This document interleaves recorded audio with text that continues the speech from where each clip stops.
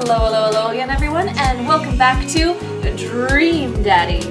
So, I forgot to review my last episode, so I'm guessing we're either in the middle of Matt's second date, or we have completed it. So, let's jump right on in, shall we? Oh, are we done? What? The only acceptable time and place for decaf coffee is never and in the trash, and please don't crash on me, Dream Daddy. I want to play you. Here we are. Okay. Alright, so. Right, we smoked the oregano. That's what happened. So, post-date, coming home. Right, I'm on it, I know what's happening. Anyways. I walk inside and the house is dark, save for the sliver of light coming from beneath Amanda's door. I knock lightly on the door and enter Amanda's room. She is sitting at her desk with her camera, editing photos. Hey, Amanda! Amanda swivels around in her chair to face me and slumps down. What smells like a pizza parlor in here? What? Nothing! So, what's up? Dad, I'm hungry, and you made it worse by smelling like a pizza parlor. Hey. Wait, no. Hi, hungry. No, I'm Dad. Amanda collapses on the floor. I promised myself I'd never let it come to this. Sorry, kiddo. You set it up, I spike it down. You're a monster. Want some spaghetti? Yes, please. Amanda and I boil pasta and heat up sauce in a pan. Well, I boil pasta and heat up sauce while Amanda watches. Despite my best efforts, I am not able to set it on fire. Good job, Cassian. Well done.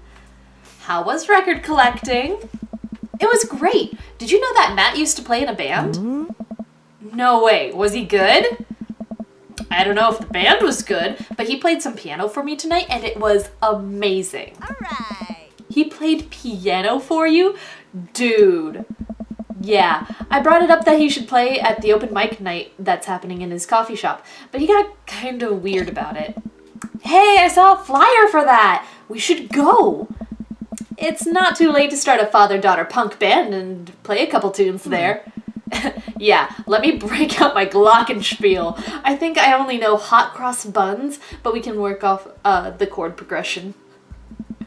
Oh my gosh, she's amazing. Amanda and I have a nice dinner before she goes back to her room to do photography stuff. I end up watching True Life. I'm a house hunter. I hunt houses that grow teeth and try to eat the people. They're staging an intervention for the house hunter who is crying uncontrollably over the color of the walls. They know that they can paint the walls of their house any color they want, right? That song is stuck in my head all night. You got it bad. You got it bad. Date complete. How'd we do?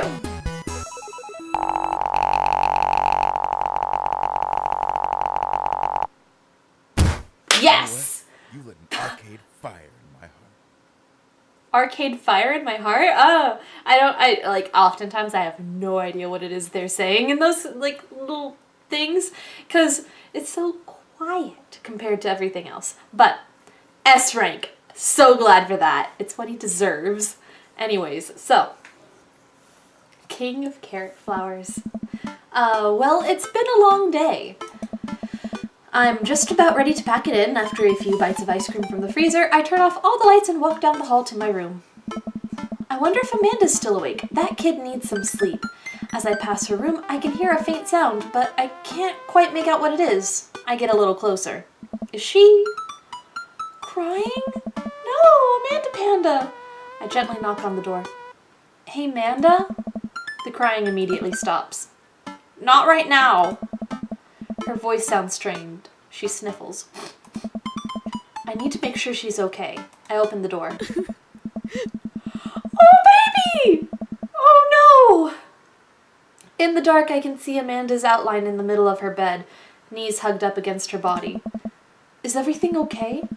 I don't want to talk about it.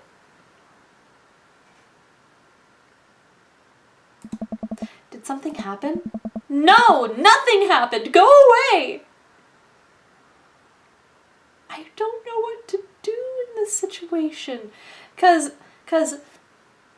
neither of those options are what I would do if I were a parent. Cause what I would do is basically what I would do is I would either go and sit on the bed with her and wait for her to sort of calm down and just not say anything until she was ready to talk about it, but just show support.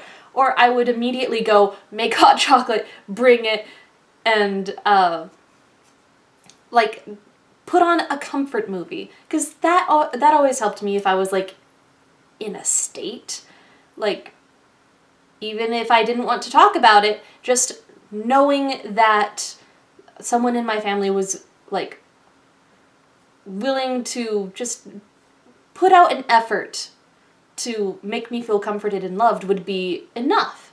And then the walls break down and then you can open a discussion about it. So, but I don't know, because I don't want her to be bad or hurt or I'm worried, but I don't want to leave her alone. But what's the right decision? Saving. Stress saving. Amanda, get out! Okay. I quickly leave her room and shut the door behind me. Once the door closes, I can hear her crying again. Okay, let's load. No, okay. Okay, apparently that was bad. Did something happen? No, nothing happened. Go away. Leave her alone. Alright, I'll leave you be. I back out of the room and close the door gently behind me. She immediately starts crying again. Wow. I have no idea what has her so upset. She seemed totally normal. I feel awful just leaving her to cry, but I also get the feeling that if I tried to do anything else, it would have only made her more upset. I can't stop mentally cycling through all sorts of awful things she could be dealing with right now. More than anything, I just want her to be happy and safe. I have a hard time falling asleep, but when I finally do, I'm still thinking about Amanda. Baby! No! After a long night of very little sleep, I roll out of bed and make myself a pot of coffee. Don't we all need some? Amanda should be up for school soon. Maybe she'll be willing to talk about whatever's bothering her. About 10 minutes before she's supposed to leave, Amanda comes out of her room and makes a beeline for the freezer. Morning, Manda. Morning. She drops a frozen waffle into the toaster and slams the freezer door. She won't look at me. Yikes. So, anything big going on at school today? No. Okay. Do you need a ride to school? No. Want some coffee? Amanda pulls the toaster lever up and takes her still freezer burned waffle out before it's finished cooking. I have to go.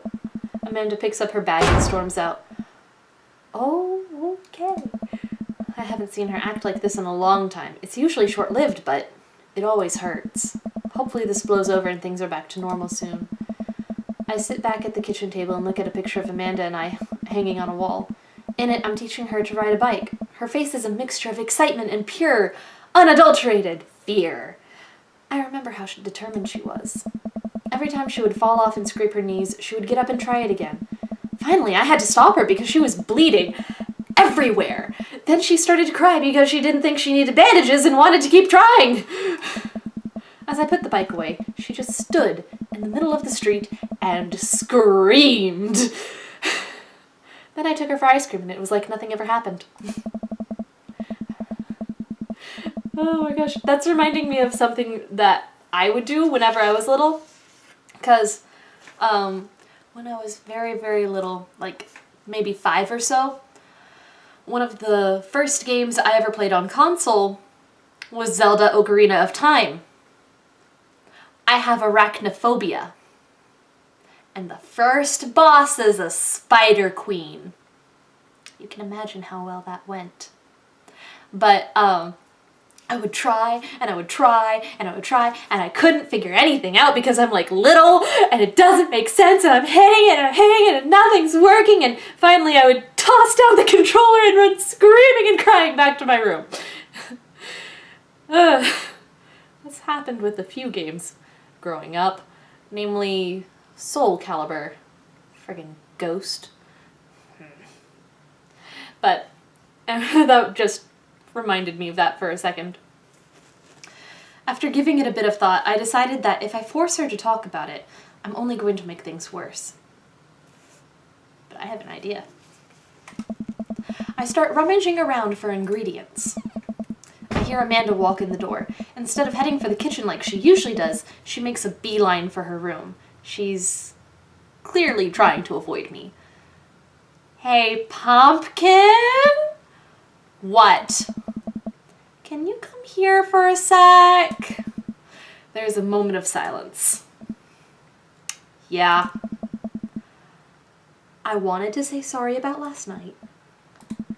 I'm just worried about you, Kittle. I get scared when I know something's wrong, and I get even more scared when I feel like I can't do anything about it. Dad, So just... whatever it is, and you don't have to tell me if you don't want to, but whatever it is, just know that you have a dad in your corner who wants you to be happy. And damn it, Cassian, you're a good dad! This is exactly what you should be doing. I am fully supportive of Cassian. Honey, you know I'm bad with words, so I was hoping I could speak a language we both understand. I pull a cake out of the refrigerator and place it on the table. Hopefully the frosting is set by now. Ta-da! Dad. Sorry you're sad, but I support you 100%. Oh, it's beautiful! Oh, my heart! Oh, these precious babies! It took me a really long time because I ran out of red frosting somewhere around sad and had to start over, and this is beautiful. It's strawberry. Amanda gives me a big ol' hug. I grab some plates and forks and service up some delicious cake. So, it's really stupid. What is? This whole thing, I know I've been really weird lately, and there's just... I don't even know how to explain it. I feel like I might have to make you a chart. I'm listening. Do you want me to take notes? Oh. I can take notes. I guess I should start from the top. So you know how Emma R. is going to that fancy art school in California, right? Emma R.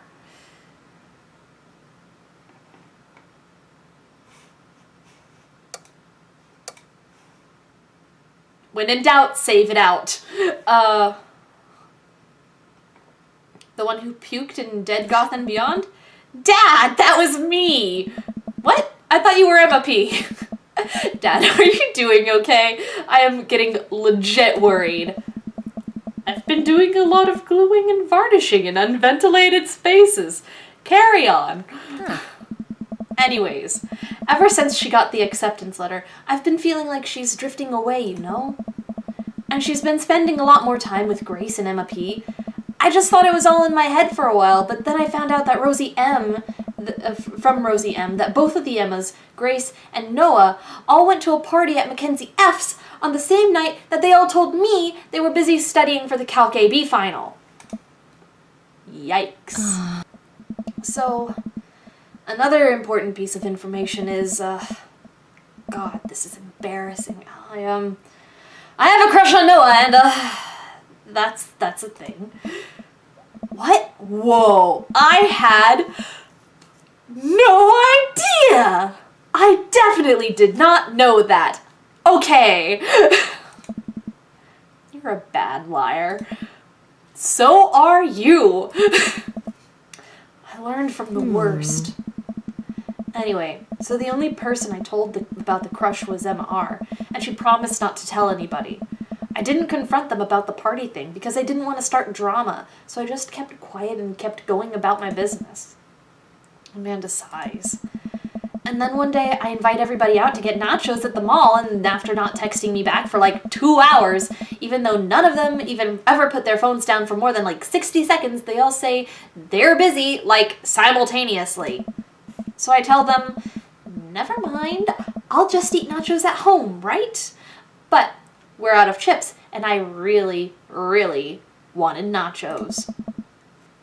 Totally understandable. Dad. So I go to the mall anyway. I get to the food court, and who do I see there? But Grace, Emma P, Emma R, and Noah. All hanging out together and eating nachos without me when I invited them. What? It gets better. I'm standing by the escalators watching them, and I realize that Noah has his arm around Emma R, which is kind of weird, right? But then they kiss. No. Yes, I know. So I storm over there, and I'm like, hey! And Grace drops the nacho on her shirt because of course she does, and Emma R just like glares at me. Grace, nothing is coming up. I don't know who that is. Grace is the...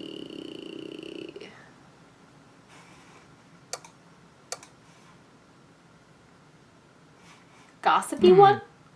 I know! Grace is the one nobody really likes. Or I guess that's me now. But anyway, nobody will say anything, and I'm just like, you guys suck, which I realize is not the most eloquent thing to say, but I was very angry and really embarrassed, and I just wanted to get out of there. So I left, without nachos, I might add, which only further contributed to the shitty day, and immediately drafted a super long text to the group chat asking them why they've been so weird.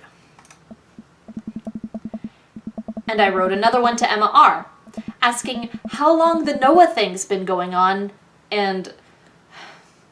Sorry, I know that's a lot. You still following? What did Emma R say? Oh, okay. Get a load of this. Emma R says, you know what? Let me just read it to you. Amanda pulls out her phone and reads, word for word, an arduously long string of text messages. Can you believe that?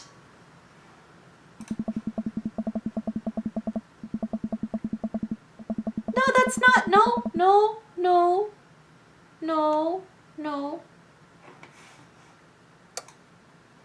Load. That's not what I meant by, I can't believe that. I can believe that. Again? Alright, I'm just saving here and going with I cannot believe that since they both lead to the same flavor text. I care so much about Amanda's social life and mental well-being, but man, I do not understand what she's talking about. This is all beyond me, but I'm trying my hardest to be supportive. Oh no. They were dating in secret for like months. So I told her that she's being a really terrible friend, and she's like, well, if you think I'm so terrible, just stop being my friend. And I was like, okay. And then she left me on read. And then, wait, left me on read? What's that? Oh, like, she saw my message and didn't reply. And I know because there are read receipts. Bring out those receipts. I don't know what read receipts are, but I'm just gonna nod and pretend I understand. Gotcha.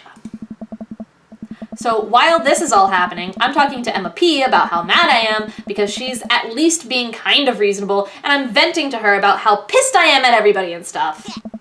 And then out of nowhere, Noah texts me and is like, how could you say that about me? And I'm like, say what about you? And he tells me that Emma P sent screenshots of everything I told her to the group chat that I got kicked out of. Alright, I think you lost me at screenshots, but that definitely sounds bad. There's so much more, but honestly, it's all just really stupid teenager stuff. The bottom line is that everybody dropped me, half of my grade hates me, and now I have no friends. Amanda, I am so sorry. I almost expected it from everybody else, but Emma R's been there since Dad died. I can't believe she would just stab me in the back like that. I'm not even that mad that she's dating Noah. I'm just upset that she lied to me about it for so long. Amanda stabs at the remnants of her cake. Angrily and with feeling. Okay, I take it back. I'm kinda mad that she's dating Noah. Like, what did I do wrong? Why did everyone just suddenly decide that I'm not cool anymore? Why wasn't I enough? I don't understand. And as mad as I am at everybody, like, I miss them, Dad. Amanda looks so dejected, I almost can't take it. What could I possibly say to help? Anyways, that's it. That's the whole sordid tale. Thanks for listening. Tune in next week for more hot gossip. Wow. I know, it's pretty dumb. Saving. It's not dumb. No, it's a stupid thing to be upset over. Amanda, your feelings are real. Don't ever be mad at yourself for having feelings. I guess. Unless you've secretly been a robot who's been approximating human feelings this entire time.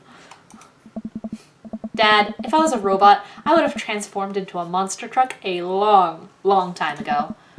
But seriously, I know you probably don't want advice, but I feel like it's my duty as a dad to bestow upon you a few nuggets of fatherly wisdom. Yeah. Hold on. Save. Okay. I save on every decision. Shush. Real friends don't do that. When you get older, you start realizing the sort of people you want to associate yourself with. Do you really want to surround yourself with people who would do something like that to their friend? It takes a lot of work to find and maintain meaningful relationships. It took me a long time to figure that out myself, and I wish I had learned it a lot sooner. If the other person isn't putting in the effort to show you how much they care, it's not worth it. You're not beholden to being their friend. Ultimately, I think this says way more about their character than it does about yours, because you're amazing, and if they can't see that, then well, that's their problem. I'll keep that in mind. I look down at the table. Did we just eat that whole cake? Yes, we did just eat that whole cake. What? Good talk. Pat's shoulder. Amanda gets up to go to her room. Before she closes her door, she turns around. Hey, Pops. Yes? Thank you. You are always welcome. Love you, Amanda. Too, Dad.